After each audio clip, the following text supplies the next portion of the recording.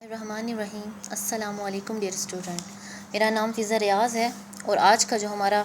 Lesson ہے class ہشتم کے لیے ہے اخلاق نبی صلی اللہ علیہ وسلم۔ لیکن اپنے سبق کو اسٹارٹ کرنے سے پہلے ہم اس کے مصنف کے بارے میں پڑھیں گے۔ مصنف جو لکھنے والا ہوتا ہے، اب یہ سبق کس نے لکھا ہم اس کے بارے میں پوری بایوگرافی پڑھیں گے، یعنی اس کی حالات زندگی۔ مولانا شبلی نعمانی، ولادت ان کی 1857 اور وفات ہے ان کی 1914۔ مولانا شبلی نعمانی جو ہیں وہ یو پی کے ضلع اعظم گڑھ کے قصبے بندول میں پیدا ہوئے۔ ان کے والد کا نام شیخ حبیب اللہ تھا اور ابتدائی تعلیم انہوں نے اپنے ہی قصبے سے حاصل کی تھی۔ انہوں نے منطق و فلسفہ یعنی علم و حکمت اور دانائی کا جو علم ہوتا ہے وہ ریاضی کی تعلیم غازی پور اور فقہ کی تعلیم علم دین کی سمجھ کو کہتے ہیں اور علم حدیث کی تعلیم سہارنپور سے حاصل کی۔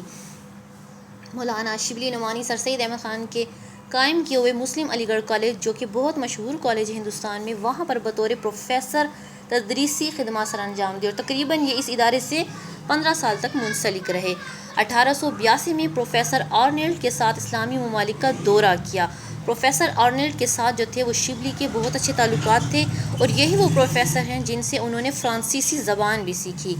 ترکی حکومت نے انہیں تمغہ مجیدیہ اور انگریزی حکومت نے انہیں شمس العلماء کا خطاب دیا۔ جب یہ اسلامی ممالک کا دورہ کیا تو سلطان ترکی نے جو ہے وہ انہیں تمغہ مجیدیہ دیا اور دوسرا یہ کہ ان کو وہاں پر سند بھی دی گئی۔ لیکن جب یہ ہندوستان واپس آئے تو انگریز حکومت نے ان کو اس سند کو استعمال کرنے نہیں دیا۔ تو سر سید احمد خان نے ان کے بارے میں یہ کہا انگریز حکومت سے کہ ترکی حکومت جو ہے وہ اس فاضل کو تمغہ مجیدیہ دے لیکن انگریز حکومت ان کو کچھ نہ دے۔ تو اس پر جو ہے وہ انگریز حکومت نے پھر ان کو شمس العلماء یعنی علماء کا سورج کا خطاب دیا۔ جب سر سید احمد خان کی وفات ہو گئی تو ان کی وفات کے 1 سال بعد یہ واپس لکھنؤ چلے گئے اور وہاں پر انہوں نے اپنا ایک مدرسہ قائم کیا ندوۃ العلماء کے نام سے، اور اعظم گڑھ کے مقام پر انہوں نے ایک اور ادارہ قائم کیا جس کا نام تھا دار المصنفین۔ اس نام سے انہوں نے ادارہ قائم کیا اور یہ ادارہ جو تھا یہاں پر اعلیٰ درجے کا علمی کام تو ہوتا تھا، ساتھ ساتھ تحقیقی کام بھی کیا جاتا تھا اور آج تک علم و ادب کی یہ خدمت کر رہا ہے۔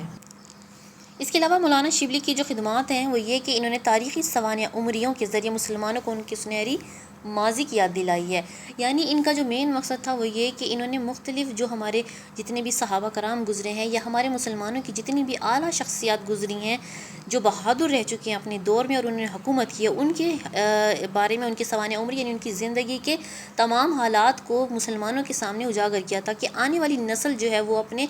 سنہری ماضی کو یاد کرے اور آئندہ آنے والے دنوں میں جو ہے وہ اپنے طور پر بہتر خدمات انجام دے سکے۔ انہوں نے تنقید کے میدان میں شبلی نے جو ہے وہ مغربی اصولوں کو اپنایا اور کافی حد تک حالی سے بھی متاثر رہے ہیں۔ تنقید کہتے ہیں نکتہ چینی کرنا۔ ایک تنقید ہوتی ہے تنقید برائے تنقید اور ایک ہوتی ہے تنقید برائے اصلاح۔ تو تنقید برائے اصلاح جو کی جاتی ہے کہ کسی کی اصلاح کی جائے نکتہ چینی کر کے، لیکن اگر تنقید برائے تنقید کی جائے تو وہ اس سے معاشرے میں انتشار پھیلتا ہے اور نفرتیں بڑھتی ہیں۔ ان کا مزاج خالص مشرقی رہا ہے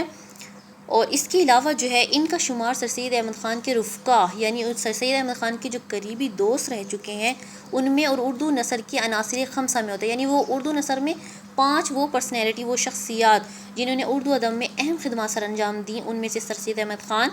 حالی آزاد حسین، ڈپٹی نذیر احمد اور شبلی نعمانی شامل ہیں۔ شبلی کا جو بیان کرنے کا انداز ہے ان کا بیان عالمانہ یعنی علماء کرام جیسا، ان کا لہجے میں جوش ہے، ان کی عبارت مختصر ہوتی ہے لیکن جامع ہوتی ہے جس سے سننے والے کو پورا مطلب سمجھ میں آ جاتا ہے۔ ان کی ہر عبارت میں جوش جذبہ پایا جاتا تھا۔ اس کے علاوہ ان کو الفاظ کا استعمال کرنے میں پوری مہارت حاصل تھی، یعنی انہیں الفاظ کے برمحل استعمال پر یعنی موقع محل کے مطابق الفاظ کا استعمال کرتے تھے اور الفاظ اس قدر خوبصورت ہوتے تھے ایسا لگتا تھا کہ جس طرح کوئی شخص ہار بناتا ہے اور اس کے اندر موتی چنتا ہے اور اس کو پروتا ہے، اسی طرح سے ان کا انداز جو تھا وہ بہت شگفتہ یعنی خوبصورت انداز تھا۔ عبارت ان کی سادہ ہوتی تھی، سلیس ہوتی تھی اور بے ساختہ یعنی بناوٹ سے پاک۔ اسی طرح سے ان کو تاریخ نگاری اور تنقید نگاری میں ان کو بہت بلند مقام حاصل ہے۔ اور مولانا شبلی نعمانی کی جو تصانیف ہیں وہ درج ذیل ہیں: سیرت النعمان، الفاروق، المامون، سوانح مولانا روم، الغزالی، اورنگزیب عالمگیر پر ایک نظر، سیرت النبی صلی اللہ علیہ وسلم، شیر العجم، موازنہ انیس و دبیر، سفر نامہ روم و مصر و شام۔ ان میں جو سب سے بڑا ان کا علمی کارنامہ ہے وہ سیرت النبی صلی اللہ علیہ وسلم ہے، کہ جس کی ابھی انہوں نے 2 ہی جلدیں لکھی تھی کہ موت نے ان کے ہاتھ سے جو ہے وہ قلم کھینچ لی۔ شبلی کی جو ملاقات مولانا محمد علی جوہر سے ہوئی تو انہوں نے بتایا کہ ایک انگریز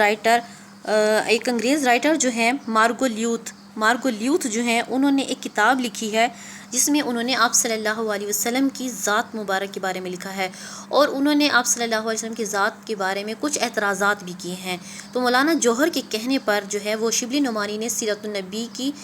جو جلدیں تھیں وہ انہوں نے لکھنا اسٹارٹ کیا، کیونکہ انہوں نے پہلے کچھ حد تک تھوڑا بہت سیرت النبی کے بارے میں لکھا تھا، لیکن مولانا جوہر نے جب ان کو بتایا تو انہوں نے اس کتاب محمد کتاب جو انہوں نے لکھی تھی اس کے اعتراضات میں انہوں نے دوبارہ سے ایک کتاب سیرت النبی کے نام سے لکھی، جس میں ابھی انہوں نے صرف پہلی جلد مکمل ہوئی تھی، دوسری جلد لکھنے ہی والے تھے کہ موت کا بلاوا آ گیا۔ تو انہوں نے ایک دن اپنے شاگردوں کو بلایا، 2 شاگرد ان کے آئے، یہ وفات سے ایک دن پہلے کی بات ہے کہ انہوں نے صبح کے ٹائم 17 نومبر 1914 کی صبح مولانا حمید الدین فراہی اور سلمان ندوی جو کہ ان کے عزیز شاگرد تھے ان کو اپنے پاس بلایا اور ان سے کہا، 3 مرتبہ ان کے منہ سے آخری الفاظ تھے وہ یہ تھے، سیرت سیرت سیرت، اور سب کام چھوڑ کے، یعنی اس میں ان کا یہ پیغام تھا کہ تمام کام اپنے چھوڑ کے سب سے پہلے آپ نے سیرت النبی صلی اللہ علیہ وسلم مکمل کرنی ہے، تاکہ آنے والے دنوں میں مسلمانوں کو اپنے نبی صلی اللہ علیہ وسلم کے بارے میں سب کچھ پتہ ہو۔ تو ان کے جو عزیز شاگرد تھے سید سلمان ندوی، انہوں نے باقی کی جو 4 جلدیں تھیں وہ انہوں نے کمپلیٹ کی، اور اس طرح شبلی نعمانی 1914 کو وفات پا گئے اور اعظم گڑھ میں ہی یہ دفن ہوئے ہیں۔ اور اس کے ساتھ ہی ہمارا آج کا ٹاپک جو ہے وہ کمپلیٹ ہو گیا ہے۔